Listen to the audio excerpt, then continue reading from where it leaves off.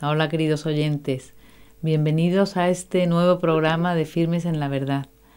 Tenemos a una persona al otro lado del Hangout que se llama Miguel Sánchez y él es licenciado en Psicología, ha ejercido en el área educativa y también clínica, imparte cursos y hoy lo tenemos como invitado con nosotros para hablar de la educación de los más pequeños. Él tiene gran experiencia también personal porque es padre de 7 hijos y yo creo que nos va a ser muy útil para las familias, para nuestra vida cotidiana, las personas que están a nuestro alrededor, que son pequeñas o mayores, a las que podamos acceder con lo que él nos va a contar hoy.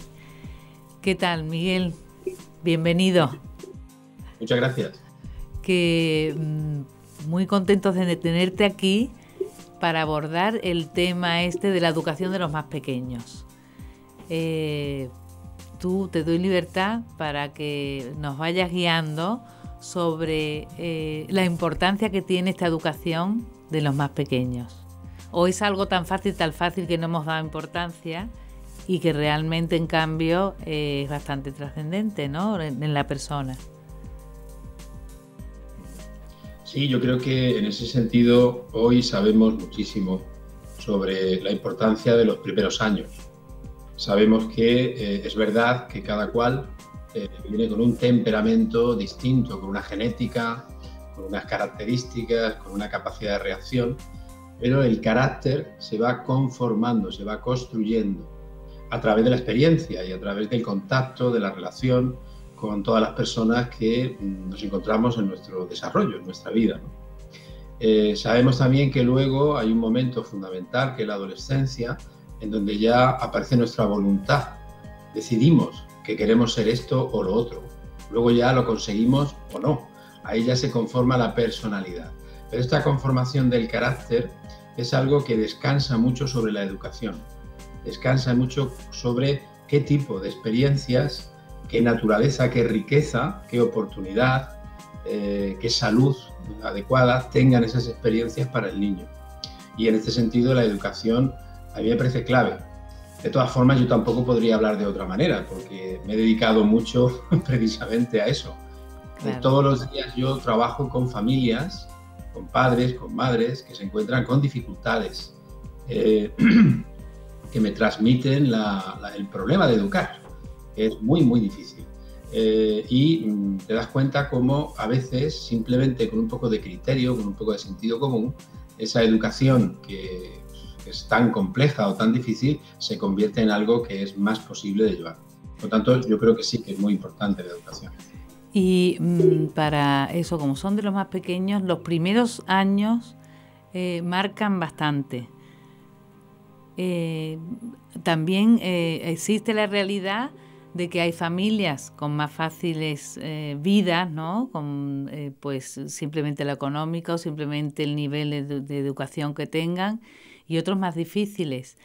Pero ¿existen algunas reglas generales de comportamiento, de este sentido común del que hablabas, para que sea común para todos? Sí. Lo que está claro es que cuando tienes un niño, una de las cosas, yo soy padre de 7 hijos, y una de las cosas que echas de menos es el manual de instrucciones. Es decir, te viene, nadie te explica, nadie te dice, cuando es una situación, desde luego, muy compleja. Y hay criterios educativos, hay criterios de crianza, hay criterios de pautas. Venimos de una etapa, de una época en la que nos hemos centrado mucho en cuidar del niño, en cuidar de su parte afectiva, en cuidar su desarrollo. Han aparecido derechos que antes no habían, se ha mejorado y se ha desarrollado muchísimo. Por lo tanto, hemos salido un poco de esa pauta educativa tan autoritaria en la que casi todos todos los que tienen ya una edad como yo, nos hemos criado, ¿no?, nos hemos manejado. Pero quizá hemos caído en el error contrario. Tú sabes que siempre tenemos esa capacidad los seres humanos, ¿no?, de ir de lo malo a lo peor casi. Entonces, hemos caído mucho en la permisividad, hemos caído mucho en la duda. Yo creo que esto también está relacionado con esta crisis de valores, esta crisis de criterios, esta crisis de verdades que nuestra sociedad padece hoy, ¿no? En donde parece que todo es relativo, ese relativismo moral que nos atenaza y nos rodea por todos los lados. Esto ha llenado de confusión muchas veces a las familias y no han tenido claro cómo actuar, no han sabido cómo enfocar los principios y los criterios básicos de la educación. A renglón de esto, han aparecido muchos problemas que antes no se daban. Por ejemplo, yo ahora mismo estoy trabajando mucho con problemas de ansiedad en los niños y las niñas pequeños, pero desde 4 o 5 años, desde que comienzan sus primeras situaciones de dificultad en las relaciones sociales, en el aprendizaje, etcétera, ya se están no llenos de miedos, que es algo muy normal en esa edad, sino superados por ellos, ¿no? Fíjate. Entonces, hay mucha inseguridad en los niños. Esto yo creo que tiene que ver con un criterio que no se está teniendo claro por parte de las familias, y ese criterio es el de los límites, el de las normas. Ahí ya voy a tu pregunta. Si hay algún criterio, si hay algún principio que a mí me parece básico, donde yo insistiría para llevar adelante esa tarea de educar, es en la necesidad de las normas, en la necesidad de los límites. Yo a los padres les pongo un ejemplo. Les hablo de su propia experiencia como conductores. Casi todos nosotros tenemos carnet de conducir, hemos llevado algún coche, mejor o peor, con más suerte o con menos, pero para hacerlo hemos tenido primero que aprender normas, un código acordado que nos hemos dado todos para que si se va por la derecha, menos los ingleses, pues se va por la derecha todo el mundo. Si no, se convierte en un caos, se convierte en una imposibilidad de circular con la cantidad de vehículos que tenemos en este momento. Algo así les digo, saber qué código es el adecuado, saber qué reglas hay que respetar. Y esto les hace falta a ellos y les es necesario a las personas con las que se van a encontrar. Porque si no son capaces de respetar los límites que el otro me supone, pues ni van a llevar una vida ellos adecuada, sana, feliz, ni la van a dar tampoco al que tienen al lado. Por tanto, esta cuestión de los límites, de las normas, me parece esencial, me parece fundamental. Cuando hablas de límites, ¿te refieres también a la disciplina, al orden y a otras muchas cosas que quizás no damos importancia? ¿Tiene esto mayor importancia de la que nos parece para esa formación del niño, esa educación? Sí, efectivamente. Me refiero a lo que podríamos llamar la economía familiar. Tú sabes que la economía no solo es o hace referencia al dinero, hace referencia a eso que tú dices, a la organización, a cómo se establece el vínculo, a cómo se establecen las relaciones, ¿no? Y los límites entre las personas que conviven. Y la economía familiar es distinta en cada familia, pero eso sí, cada familia busca una buena economía, una buena organización que le permita vivir. Pues me refiero fundamentalmente a eso. Me refiero a la necesidad que tienen los niños de tener claro dónde está el límite, qué puedo y qué no puedo hacer, qué puedo realizar y qué no puedo realizar, cómo me tengo que comportar y cómo no. Me refiero específicamente a eso. Si los niños reciben una adecuada educación a ese nivel, sabemos hoy y tenemos muy claro que se desarrollan con mayor confianza y con mayor seguridad en sí mismos y que son capaces de establecer y mantener relaciones sociales más estables, más sanas, más constructivas, más enriquecedoras. Eso lo tenemos enormemente claro. Los límites parece que hacen disminuir la ansiedad en el niño, pero la sobreprotección, ¿en qué influye en el niño? La sobreprotección viene de una realidad que estamos viviendo y yo hoy, por ejemplo, leía en prensa el auge de un movimiento de personas, de matrimonios o de parejas antinatalistas. Personas que han decidido o piensan que la mejor manera de actuar es no tener hijos. Y la razón, una de las razones que dan es que este mundo es un mundo de mucho sufrimiento y que ellos no se sienten capaces de traer a alguien aquí a este mundo para que sufra. Dicen ellos que no son egoístas, que los egoístas somos los que sí que tenemos hijos, que no nos damos cuenta o no tenemos en cuenta esto, ¡hala!, y los lanzamos aquí solo para sufrir. Esto me ha parecido curioso porque yo en muchas familias observo, madres y en padres, este principio. El principio de relación con sus hijos basado en que no sufran, en que no tengan problemas, en que no tengan dificultades, en que no tengan ningún tipo de dolor, que no se sientan mal por nada. Claro, cuando yo sigo ese principio, mi actitud fundamental es sobreproteger, evitar todo problema, evitar toda circunstancia adversa, toda dificultad. Esto en psicología hemos sido conscientes ya hace mucho tiempo de la influencia negativa que produce. Es decir, cuando yo crezco pensando que los problemas no existen porque mi padre o mi madre me los va a quitar todos, no tengo ninguna capacidad de enfrentarme a ellos. Se tiene que valer por sí mismo. Si no le enseñas, si no le instruyes, si no le ejercitas, si no le dejas experimentar, eso no lo va a poder hacer. Entonces, ese es un poco el principio de la sobreprotección. ¿Hay que proteger a los hijos? Sí, y dependiendo además de la edad. Pero sobreprotegerlos es igual que poner palos en la rueda de un carro. Si tú pones un palo en la rueda se traba y la rueda no avanza. Así hacemos cuando sobreprotegemos en exceso. Impedimos el desarrollo, la evolución del niño o de la niña. Por eso yo creo que en este momento los padres tenemos que hacer esa reflexión. Los padres y los abuelos. Yo he dicho que soy padre de 7 hijos y ahora ya incluso me atrevo a decir que soy abuelo de 9. Entonces esto de ser abuelo resulta que es maravilloso, fantástico. Yo lo recomiendo a todo el mundo. Hay que hacer lo indecible por llegar a ello. El problema es que no depende de ti, pero bueno. Pero también como abuelo nosotros nos encontramos muchas veces con esta situación.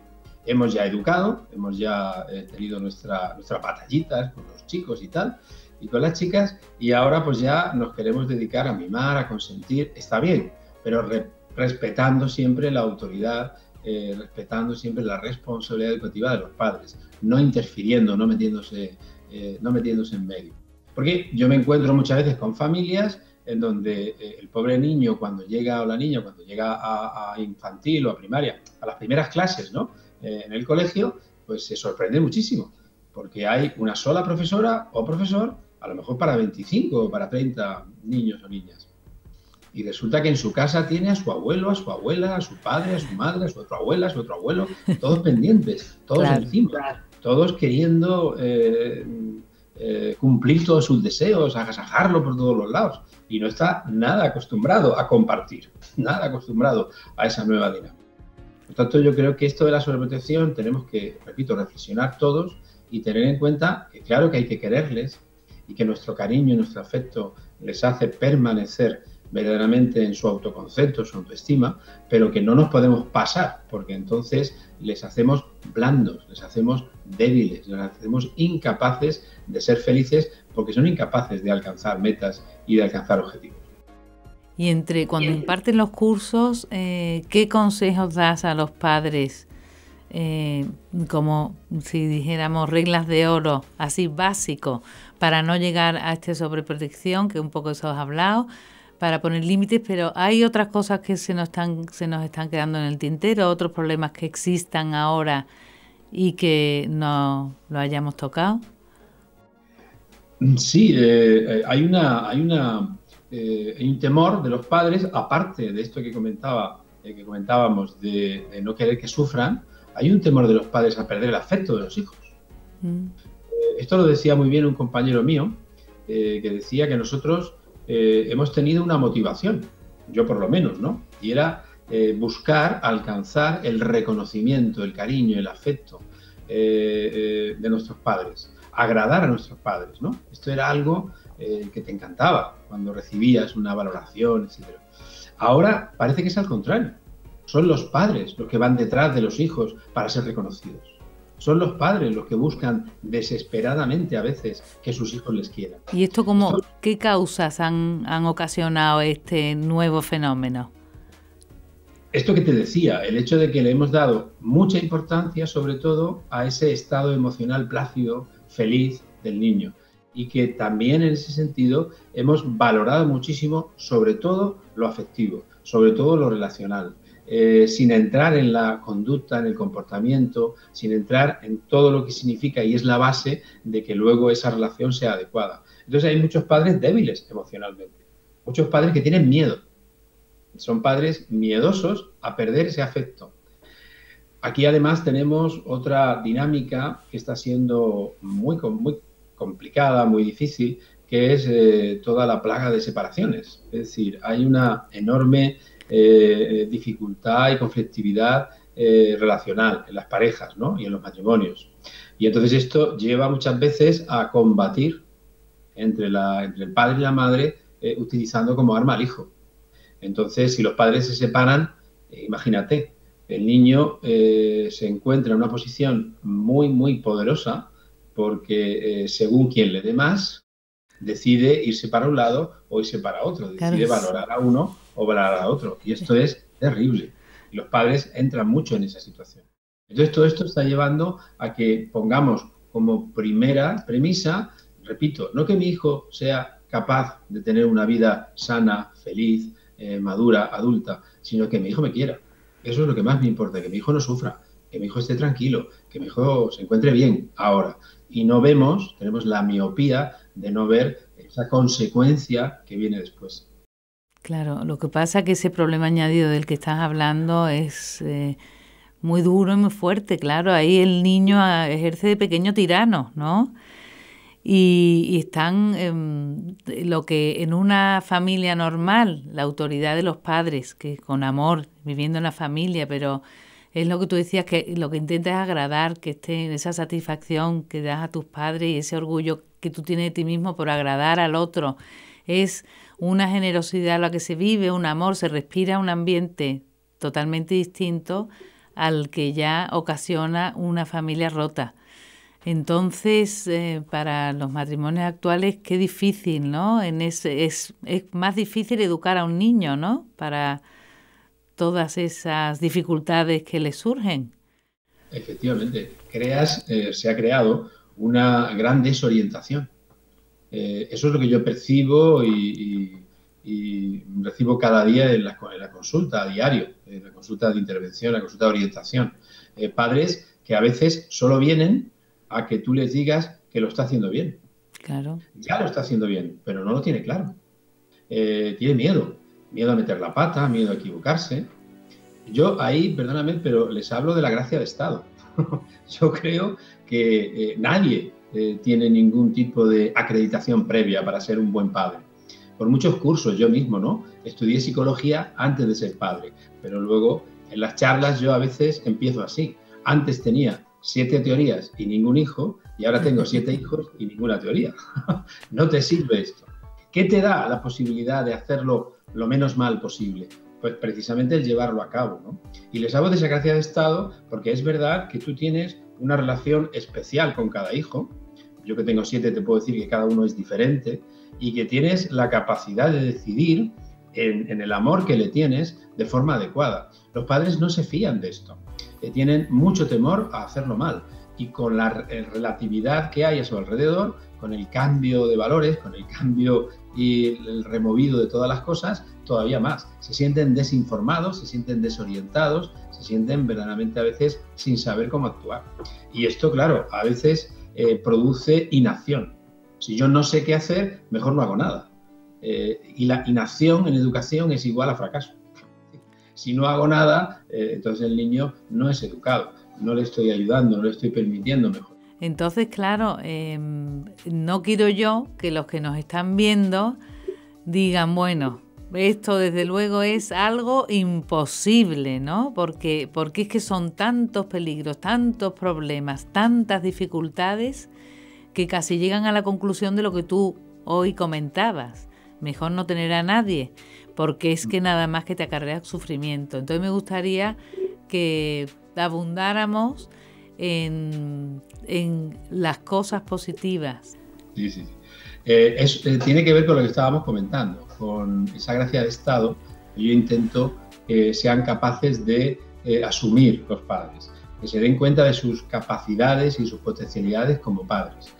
Tiene que ver con esto porque esa inseguridad es el principal enemigo. Como te decía, cuando yo empiezo a ver esas dificultades, no me siento capaz, no tengo claro las cosas, ¿sabes? No sé muy bien si es más correcto una forma de actuar que otra, no tengo claro las prioridades, no tengo claro yo también a veces mis propios conceptos de vida, yo me encuentro mucho con esa situación, entonces claro, ahí tengo miedo a hacer lo que sea. Todo lo contrario, cuando yo tengo claro, por ejemplo, lo siguiente, simplemente estando ahí, simplemente queriéndolos, simplemente actuando frente a ellos, simplemente dándoles la oportunidad de tener una referencia, un padre y una madre, por muy débil que yo sea, por muchas veces que meta la pata, ya le estoy dando algo maravilloso, le estoy dando lo mejor que se le puede dar. Ese punto de referencia para el niño es clave, fundamental para la niña, para su evolución. No necesito ser un super padre, una super madre. No, solamente estar ahí. ¿Qué tengo que hacer si me equivoco? Lo mismo que en mi vida, ¿no? ¿Qué hacemos cada uno cuando nos equivocamos? Pues si metes la pata, la sacas y sigues, ¿no? Yo tenía un profesor que además no era de psicología, era de lengua, que decía algo muy interesante. Decía, hay dos formas de ser bueno. Dos, no caer nunca y levantarse siempre. Estaba bien esto, pero luego nos decía, ¿ustedes conocen a alguien que sea bueno de la primera manera? ¿Alguien conoce a alguna persona que no haya caído nunca? Nos mirábamos así con cara de absolutamente no, con lo cual nos enseñaba que la única manera de hacer las cosas bien es levantarte cada vez que te caes, sacar la pata cada vez que la metes. El problema es saber que la has metido, esa es la cuestión. Aquí es donde la sociedad que tenemos hoy te lo pone complicado, porque al final no sabes muy bien, ¿no? Si has metido o no, o estás haciendo lo que tienes que hacer. Esta cuestión, ser padre, no tener miedo al error, no tener miedo a hacerlo mal en algún momento, pero ser consciente de todo lo que yo le doy a mi hijo solo por estar ahí, yo creo que es la motivación mayor que tiene que tener un padre. Y a partir de ahí ya depende de cada dinámica, de cada principio, de cada persona, ¿no? Yo, por ejemplo, soy creyente y para mí lo fundamental es la fe. Para mí lo que les va a dar una verdadera herramienta útil, válida, consistente para enfrentarse a la vida, para enfrentarse a ese sufrimiento de la vida, que algunos dicen mejor no traerlos al mundo, pues es la fe, porque es lo que le da sentido a todo, y también al sufrimiento, y a la felicidad y al gozo, ¿no? Esa fe de saberte criatura, de saber que hay alguien que te ama y que te da la capacidad de amar para que tú a su vez puedas amar a los que tienes alrededor. Para mí eso es lo fundamental e intento que eso sea el criterio clave con mis hijos, ¿no? Pero cada padre, cualquier padre, fuera o dentro de la fe, puede tener sus criterios. Lo que todos compartimos es que les queremos. Porque tú hayas querido o no tener un hijo, es una cosa fantástica. Le ves la cara, ¿no? El bebé recién nacido, ¿cómo no quererle? Es que si no le ves, pero cuando le ves, es que ya es imposible, ¿no? Esto es lo que te decía que vale la pena con lo de ser abuelo, porque eso ya es alucinante.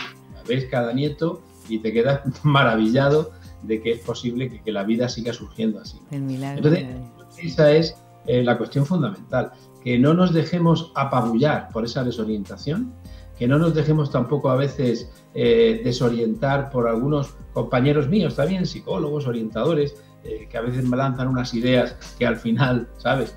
Detrás uno lo que puede leer o ver es que no han sido padres, ¿no?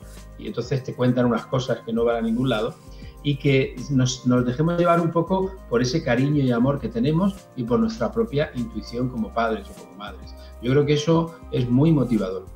A partir de ahí también te diría otra cosa, pero es algo que tiene que ver con la experiencia.